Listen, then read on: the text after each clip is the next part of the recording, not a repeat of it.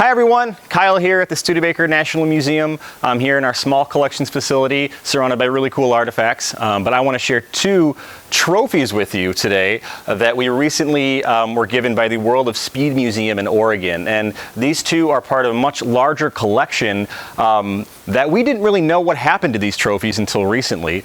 We have a few that we've had on display over the years that were given to the given to the city of South Bend by the Studebaker Corporation in the 60s, but the rest of this collection of trophies were presumed lost. We have this great photo from the 1930s at the Morris Park Country Club where you can see all these trophies on display. And so we're glad to have these trophies back here at the museum because we thought they were lost.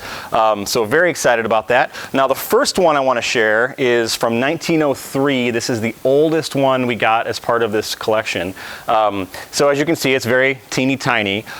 This was part of a race sponsored by the Pittsburgh Automotive Club, I believe, Automobile Club, and it was won by a Studebaker Electric. So 1903 was the year before Studebaker manufactured gas-powered cars, so we know it was won by an electric vehicle, which is really cool. We don't have many trophies or artifacts from that era, so very neat. And there was another race won by Studebaker Electric a few years later in 1911, and that particular car won a drifting contest, which we're not sure what that was in 1911, a drifting contest, but still a very cool piece. Again, 1903. So that's the first one here.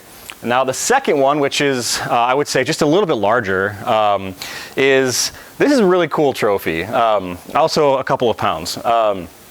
So this was part of a tour, an endurance race, if you will, held in Colorado in 1911. So they called it a post-reliability tour. So this was won by one of the first place finishers was a Studebaker, an EMF, which was another brand owned by Studebaker. So this was a 714-mile race through rural roads of northern Colorado. And to put that in context, in 1911, these were not great roads. They were going over very rural roads, like, through creeks, through, very mountainous, hilly terrain.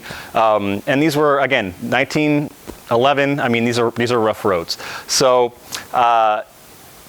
the whole contest was really to see how the cars weathered this endurance race. And I meant to mention, for modern context, 714 miles is the distance between South Bend and New York City. So if you're trying to think of how far these cars had to travel, this was several days in 1911.